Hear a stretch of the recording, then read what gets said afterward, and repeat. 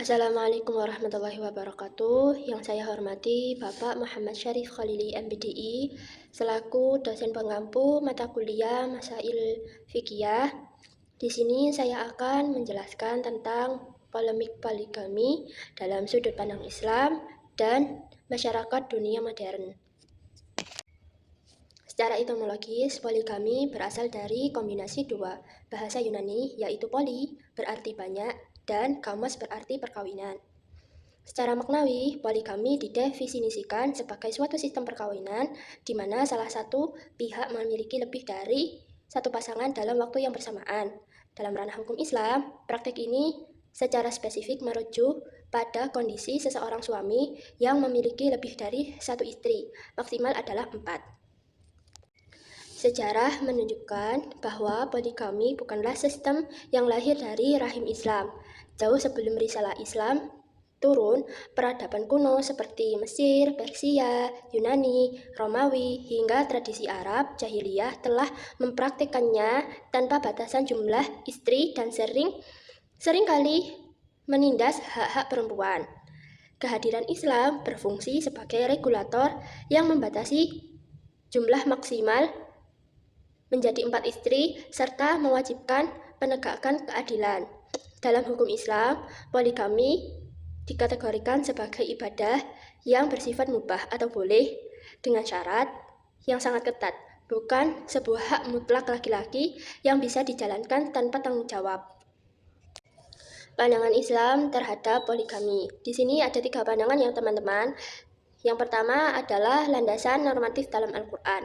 Izin mengenai praktik poligami ini secara jelas termaktub di dalam Al-Quran, yang dijelaskan di surah An-Nisa ayat 3, yang artinya, maka nikahilah perempuan-perempuan lain yang kamu senangi, 2, 3, atau 4.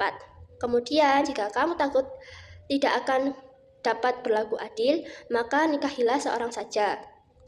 Ayat di atas menegaskan bahwa izin poligami dalam Islam bersifat kondisional, bukan mutlak. Syarat utama menjadi parameter adalah kemampuan suami untuk berlaku adil. Jika seorang laki-laki khawatir atau merasa tidak mampu berlaku adil, maka Al-Quran secara tegas memerintahkannya untuk mencukupkan diri dengan satu istri saja atau monogami.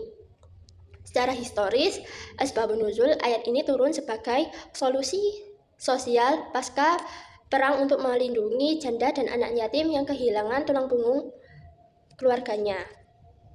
Yang kedua adalah poligami dalam perspektif sunnah Nabi.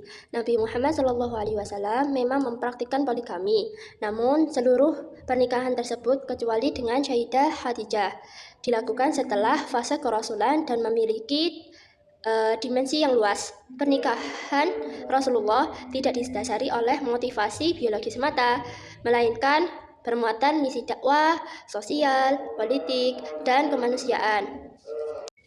Beberapa tujuan luhur di balik pernikahan Rasulullah antara lain: 1. Aspek kemanusiaan, memberikan perlindungan dan mengangkat martabat janda-janda sahabat yang gugur di medan perang.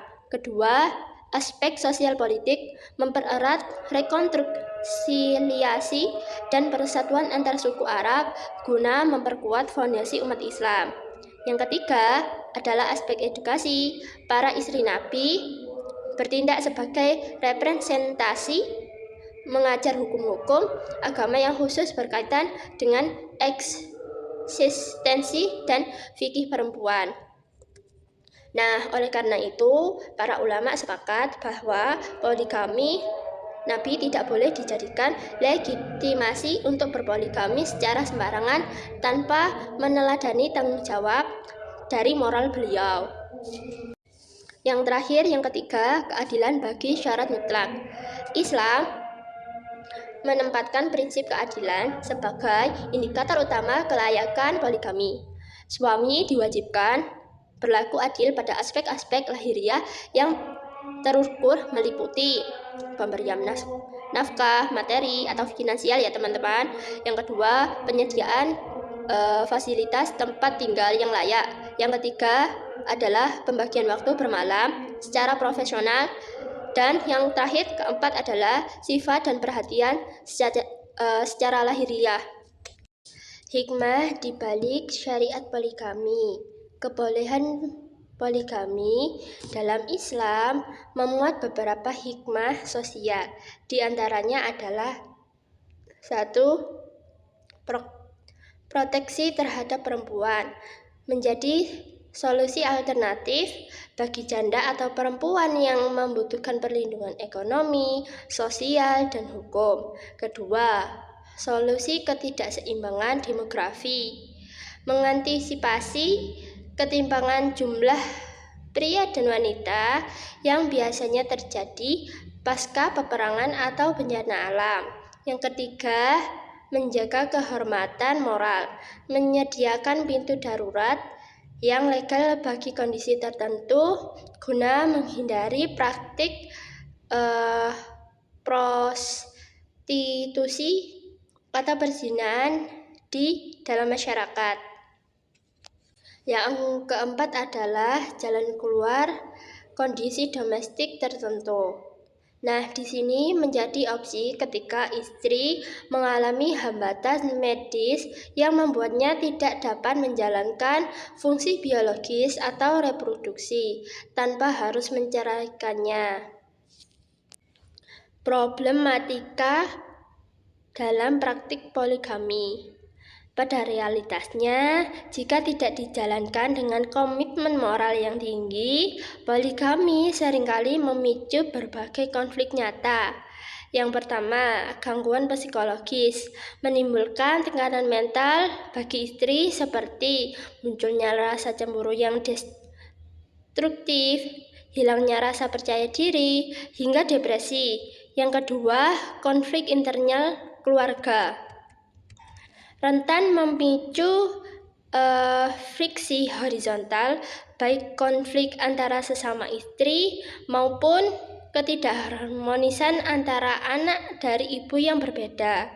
Yang ketiga, krisis finansial. Poligami yang dilakukan tanpa kemapanan ekonomi sering menyebabkan penelantaran hak ekonomi istri dan anak-anak. Yang keempat, dampak buruk pada anak.